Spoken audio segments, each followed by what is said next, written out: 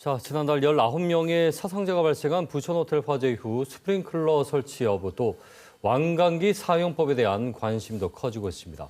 잊을만 하면 반복되는 숙박시설 화재, 시설 점검, 교육도 제대로 이뤄지지 않은 것이 피해를 키웠습니다. 동의대 소방방재행정학과 류상열 교수와 함께합니다. 예, 교수님 어서 오십시오. 네, 안녕하세요.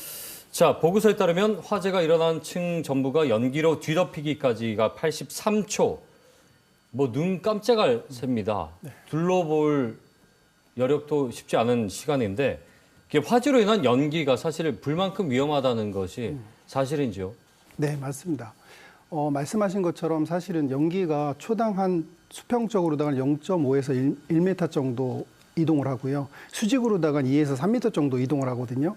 예. 고층 건물로 갈수록 사실은 연기의 어떤 이동 속도가 빠릅니다. 예. 근데 말씀하신 것처럼 화재가 나면 우리가 화염에 의해서 좀 위험에 처할 것 같지만 네. 사실은 연기에 의한 질식사가 대부분입니다.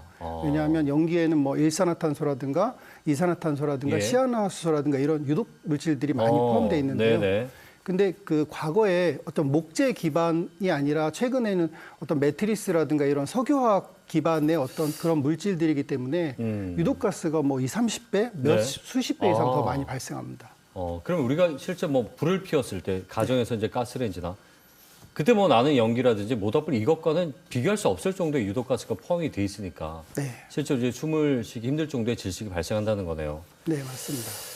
그 결정적인 이유를 스프링클러 설치를 들어요. 부산도 숙박시설 점검을 좀 해봤더니 설치된 곳이 절반도 되지 않는다. 네. 이게 좀 참 안타까운 결과 같네요. 예. 네, 맞습니다. 그 부산도 전체 193곳 호텔 가운데 스프링클러 점검을 해보니까 91곳인 47.2%만 스프링클러가 장착되어 있다. 예. 근데 사실 여기서 더 우려스러운 건 뭐냐면 그마저도 정상 작동되는 건 한 15.6% 정도였습니다. 그러니까 사실 나머지 부분은 뭐 거의 75% 정도는 정상 작동이 안 된다는 거거든요. 예. 근데 이 기간 동안에 최근 5년 부산 숙박시설 화재는 142건이거든요. 네. 그리고 사망자도 한 3명 있었고 부상자도 32명 있었기 때문에 스프링클러가 없는 게 참 우려스럽다고 말씀드릴 예. 수 있습니다. 그렇군요. 아니 지금 말씀하신 대로 표에 잠깐 나왔지만 설치율도 절반이 안 되지만 정상 작동하는 것이 네. 6대, 7대 중에 한 대면 있으나 마나한 건데 근데 그 소방법 규정상 스프링클러를 설치를 해야 된다. 이게 뭐 건축법에 나와 있는 건지 이게 어쨌거나 어떤 시점을 기준으로 소방법 규정을 소급 적용해야 되는 게 아니냐. 그러니까 결국은 미설치된 거에 대한 보완에 대한 목소리가 높단 말이에요. 예, 어떻게 보십니까?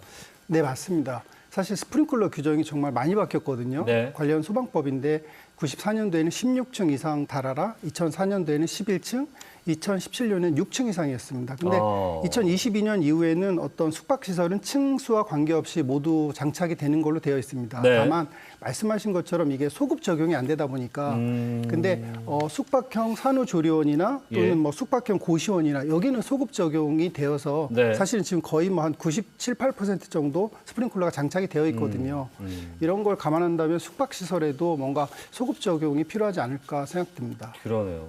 구체적으로 나와 있는 거죠. 숙박시설과 일반 주택의 이 스프링클러 설치 의무 규정과 네. 숙박시설이 명확하게 나와 있을 텐데 근데 지금 일단은 뭐 설치가 된 것도 작동 여부가 이렇게 미비하니까 실제 화재가 일어난 부천호텔 같은 경우에는 소방점검을 6년간 36건 불량 판정.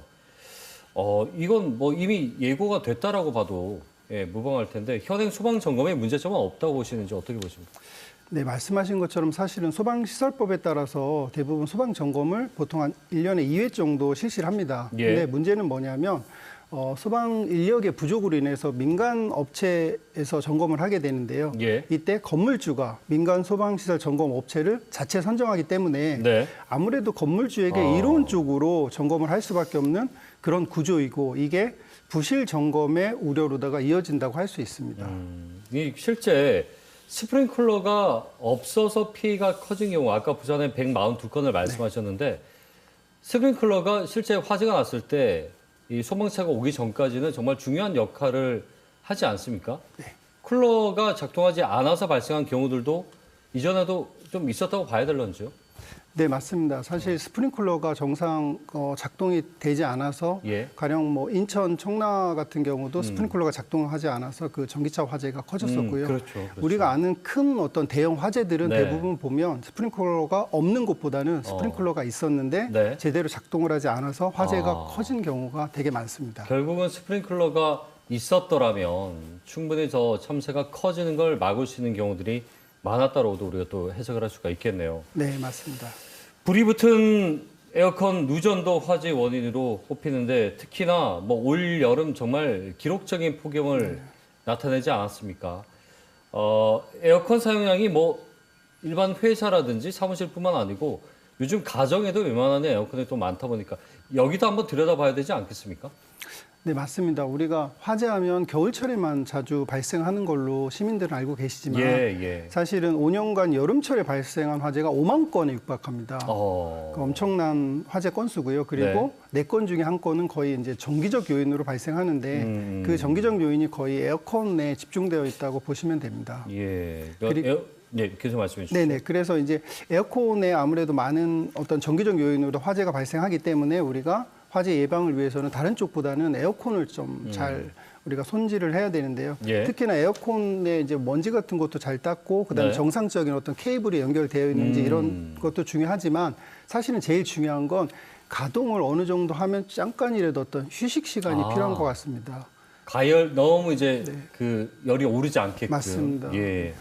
그렇군요. 에어컨 저희가 사실은 여름에 잠깐 사용하니까 뭐 가을부터 이듬해 봄까지는 들여다보지도 않잖아요. 네. 그때 보면 이제 컨센트나 이런 데 먼지들이 쌓여 있는데 이런 것들이 실제 누전의 원인이 된다라고 인지를 좀 해야 되겠죠? 네, 맞습니다. 말씀하신 것처럼 여름철에만 잠깐 사용하기 때문에 먼지라든가 또는 우리가 그 주변에 깨끗하지 못한 환경이라든가 아무래도요. 네, 예. 시래기 주변에 뭔가 뭐 이런 쓰레기들도 있을 수 있고요. 또는 예. 시래기 주변에 꽉 닫혀 있는 그런 네. 환경이라든가 그런 것들이 다 에어컨 화재로다가 바로 연결되게 되어 있습니다. 그러면 그 가정 안에 이제 에어컨 자체만 중요한 게 아니고 실외기 쪽도 네, 한번 살펴볼 필요가 있다는 말씀이시네요. 네 그렇군요. 맞습니다. 이번에 부천 화재 이후 완광기 사용에 대한 교육도 많이 이루어지고 있는데 대부분이요 완광기를 본 적은 있어요. 그렇죠? 뭐 어디 호텔이나 또는 뭐 모텔 또 사무실에 보면 있는데 사용법을 잘 모릅니다. 이걸 좀 잘 알아둘 필요가 있겠는데 이거 어떻게 좀 우리가 이해를 하면 될까요? 예.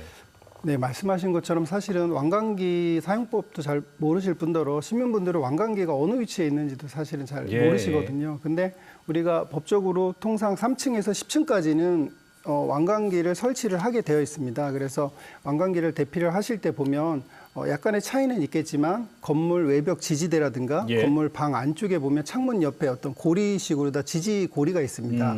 거기다가 도르래 형태를 연결을 하고요. 예. 그러고 나서 우리가 줄이 감겨져 있는 릴을 창밖으로 던집니다. 그리고 나서 본인의 거기에 보면 조절기하고 연결된 안전벨트 같은 게 있는데요. 예. 그 안전벨트를 가슴에 차고 이렇게 양팔을 벌려서 네. 양팔을 벌리는 게 중요해요. 예. 양팔을 벌려서 이제 창문 바깥으로다가 나가시게 되면 되는데요. 우리가 만세 동작이라고 하지 않습니까? 네. 양팔을 들어올리게 되면 이 벨트에서 빠져가지고 사망하실 수도 있습니다. 그렇기 때문에. 몸통이 벨트 안에서 빠질 수 있으니까. 네, 맞습니다. 예. 그리고 실제로 그런 사례도 있었습니다. 그래서 팔을 꼭 이렇게 벌려주시고 예. 그리고 이제 이 초당 70cm 정도로 천천히 내려갑니다. 그래서 우리가 뭐 시민분들이 걱정하실 건 없는데요. 예. 다만 이 어떤 외벽에 부딪힐 수 있기 때문에 네. 외벽을 밀면서 이렇게 천천히 내려가시면 안전하게 1층까지 착시할 수 있습니다. 지금 중요한 몇 가지를 말씀해 주셨는데 사실 네. 이제 완광기에 대한 오해가 있는 부분이 어떤 분들은 이제 줄을 잡고 내가 내려가야 되는 줄 알고 있지만 내 몸을 지탱하는 안전장치가 있다는 거 네. 예, 그거 기억을 해야 되겠고 그리고 이 제품마다 모양이 좀 달라요. 네. 사용 방법은 크게 다름이 없습니까? 네, 맞습니다. 제품마다 어떤 모양은 다르지만 예. 어떤 고리에 연결하는 거, 그다음에 릴, 그다음에 아까 말씀드린 것처럼 이렇게 몸 안에 있는 안전벨트 예. 이 구조는 다 정확하게 같습니다. 알겠습니다. 지금 최근에 5년간 숙박시설 화재가 1,800건이 넘습니다. 왜 이렇게 많을까요? 네, 말씀하신 것처럼 사실 매년 400건에 육박하는 숙박 시설 화재가 발생하는데요. 우리가 가정집 같은 경우는 사실 뭐 전기세라든가 이런 게 좀 두려워서 예. 그 에어컨을 계속 틀어놓으시진 않잖아요. 그래서 조금이라도 꺼놓으시게 되는데 네. 숙박 시설 같은 경우는 계속 그 어떤 에어컨이라든가 이런 가전제품이 돌아가기 때문에 여기서 장시간 켜놔서 과부하가 걸리게 되고요. 예. 그리고 아까 말씀드린 것처럼 사실 에어컨 주변이라든가 이런데 청소도 잘 안 돼 있기 때문에 예. 어떤 그런 먼지나 이런 것들이 노후된 전선과 알겠습니다. 결합돼서 화재가 발생하는 것 같습니다. 마지막으로요, 뭐 짧게 어떻게 당장 대피에 있어서 가장 중요한 포인트는 뭔지 좀 정리해 주시죠. 네. 일단 두 가지인데 연기를 가장 흡입하면 가장 치명적이니까 연기를 흡입을 안 하시는 게 중요하고요. 예. 두 번째로다가는 꼭 무조건 화재가 났다고 무조건 대피를 하시는 것보다는 어떤 바깥에 있는 연기의 상황을 잘 고려를 해서 예. 연기가 바깥에 가득 차 있다면 사실은 대피를 하는 게 더 바람직하지는 않습니다. 오히려 상황을 물론 그러기가 쉽지 않겠지만 상황을 정확히 좀 살펴보고 판단하는 그런 심착함이 좀 필요하겠군요. 네, 맞습니다. 말씀 여기까지 듣겠습니다. 오늘 고맙습니다. 네. 네, 지금까지 동의대 류상일 교수와 함께 얘기 나눠봤습니다.